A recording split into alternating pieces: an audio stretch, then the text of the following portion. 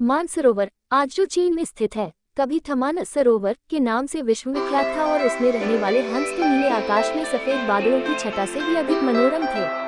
उनके कलरव सुंदर नर्तकियों की नुपुर ध्वनियों से भी अधिक सुंदर थे। उन्हीं सफेद हंसों के बीच दो स्वर्ण हंस भी रहते थे। दोनों हंस बिल्कुल एक जैसे दिखते थे और दोनों का आकार भी अन्य हंसों की तुलना में थोड़ा बड़ा था। दोनों समान रूप से गुणवान और शीलवान भी थे। फर्क था तो बस इतना कि उनमें एक राजा था और दूसरा उसका वफादार सेनापति। राजा का नाम धृतराष्ट्र था और सेनापति का नाम सुमुख। दोनों हंसों की चर्चा देवों, नागों, यक्षों और विद्याधर ललनाओं के बीच अक्सर हुआ करती थी। कालांतर में मनुष्य योनि के लोगों को भी उनके गुण सौंदर्य का ज्ञान होने लगा। वाराणसी नरेश ने जब उनके विषय में सुना तो उसके मन में उन हंसों को पाने की प्रबल इच्छा जागृत हुई। तत्काल उसने अपने राज्य में मानस सदृश एक मनोरम सरोवर का निर्माण करवाया, जिसमें हर प्रकार के आकर्षक जलीय पौधे और विभिन्न प्रकार के कमल जैसे पद्म, उत्पल, कुमुद, कुंदरी, सौगंधिक, तमलस और कहना विकसित करवाए। मत्स्य और जलीय पक्षियों की सुंदर प्रजातियां भी वहां बसाई गई। साथ ही राजा ने वहां बसने वाले सभी पक्षियों की पूरी सुरक्षा की भी घोषणा करवाई, जिससे दूर दूर से आने वाले पंछी स्वच्छंद भाव से वहां विचरण करने लगे। एक बार वर्षा काल के बाद जब हेमंत ऋतु प्रारंभ हुआ और आसमान का रंग बिल्कुल नीला होने लगा, तब मानस के दो हंस वाराणसी के ऊपर से उड़ते हुए जा रहे थे। तभी उनकी दृष्टि राजा द्वारा निर्मित सरोवर पर पड़ी। सरोवर की सुंदरता और उसमें तैरते रमणीय पक्षियों की स्वच्छंदता उन्हें सहज ही आकर्षित कर गई।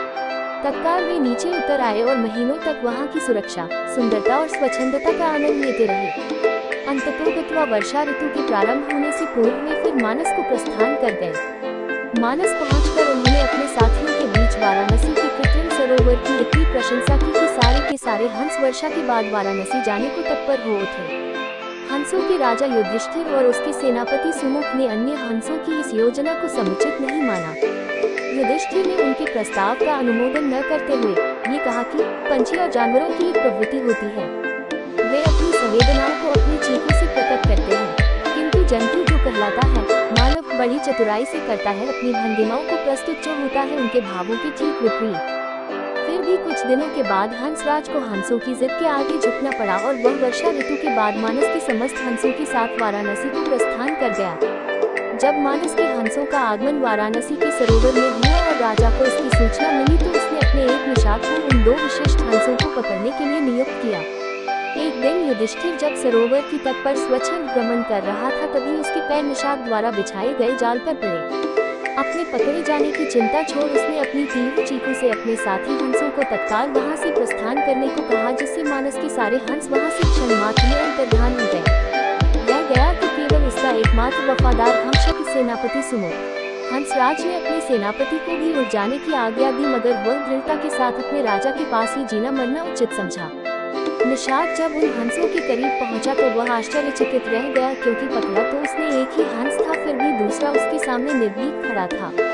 निषाद ने जब दूसरे हंस से इसका कारण पूछा तो वह और भी चकित हो गया, क्योंकि दूसरे हंस ने उसे यह बताया कि उसके जीवन से बढ़कर उसकी वफादारी और स्वामी भक्ति है। एक पक्षी के मुख से ऐसी बात सुनकर निषाद का हृदय परिवर्तन हो गया। वह एक मानव था, किंतु मानव धर्म के लिए वफादार नहीं था। उसने हिंसा का मार्ग अपनाया था और प्राणातिपात से अपना जीवन निर्वाह करता था। शीघ्र ही उस निषाद ने अपनी जागृत मानवता के प्रभाव में आकर दोनों ही हंसों को मुक्त कर दिया।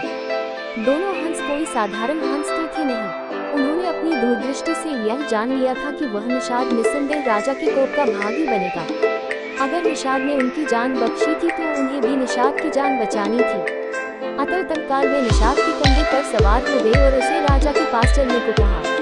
निषाद के कंधों पर सवार जब वे दोनों हंस राज दरबार पहुंचे तो समस्त दरबारीगण चकित हो गए। जिन हंसों को पकड़ने के लिए राजा ने इतना प्रयत्न किया था, वे स्वयं ही उसके पास आ गए थे। विस्मित राजा ने जब उनकी कहानी सुनी तो उसने तत्काल ही निषाद को राजदंड से मुक्त कर पुरस्कृत किया। उसने फिर उन ज्ञानी हंसों को आतिथ्य प्रदान किया तथा उनकी देशनाओं को राजदरबार में सादर सुनता रहा।